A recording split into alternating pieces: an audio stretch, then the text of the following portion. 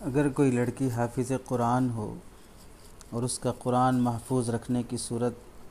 تراویح میں سنانے سے ہی ہو سکتی ہو تو بلا تداعی اور چند شرائط کے ساتھ تراویح سنانے کی گنجائش ہے۔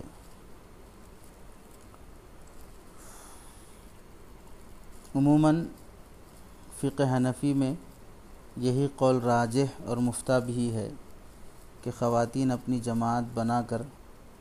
تنہا جس میں مرد امام نہ ہو اس جماعت کو مکروہ قرار دیا گیا ہے۔ البتہ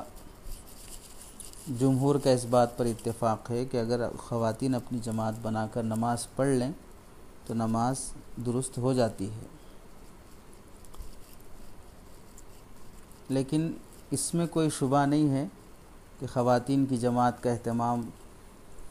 شریعت کے مزاج کے اعتبار سے بہتر نہیں ہے،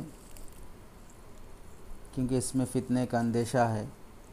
اسی فتنے کے اندیشے کی وجہ سے سرکار دو عالم صلی اللہ علیہ وسلم نے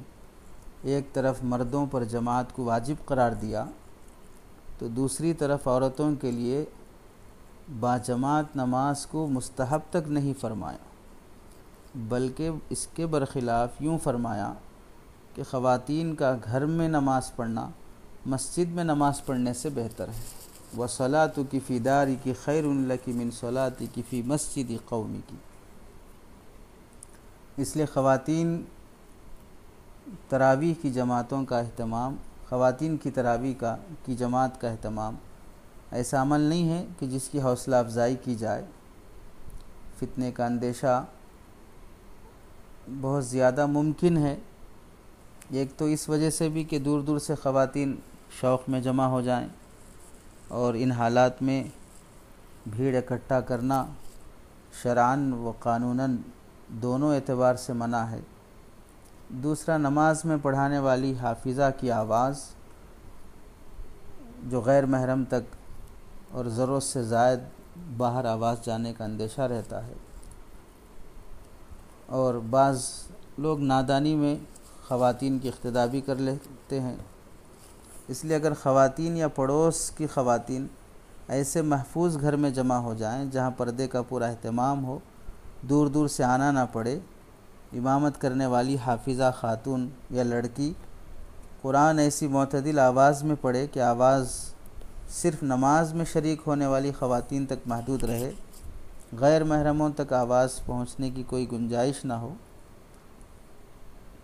اور حافظہ امامت کرنے والی خاتون یا لڑکی صف کے بیچ ہی میں کھڑی ہو، صف سے آگے نہ بڑھے مردوں کی طرح، اور کوئی مرد اس کی اقتداء نہ کرے، تو اس صورت میں خواتین کی جماعت تراویح میں حافظہ لڑکی کی قرآن کی حفاظت کے پیش نظر درست ہے اور اس کی گنجائش ہے۔ چنانچہ حضرت مولانا مفتی نظام الدین اعظمی سابق صدر مفتی دارالعلوم دیوبند کا بھی یہی فتویٰ رہا ہے کہ اگر اتنی بڑی جماعت کی امامت ہو جس میں آواز معتاد سے زائد ہو جائے تو اگر تمام شرائط و قیود پائے بھی جائیں پھر بھی جماعت مکروہ تحریمی ہوگی، اور اگر رمضان کے مہینے میں حافظہ قرآن عورتوں کی چھوٹی جماعت جس میں آواز معتاد ہو اور تمام قیود و شرائط جو ابھی ذکر کیے گئے ہیں اس کی رعایت ہو تو اس کی گنجائش ہے اور یہ جائز ہے۔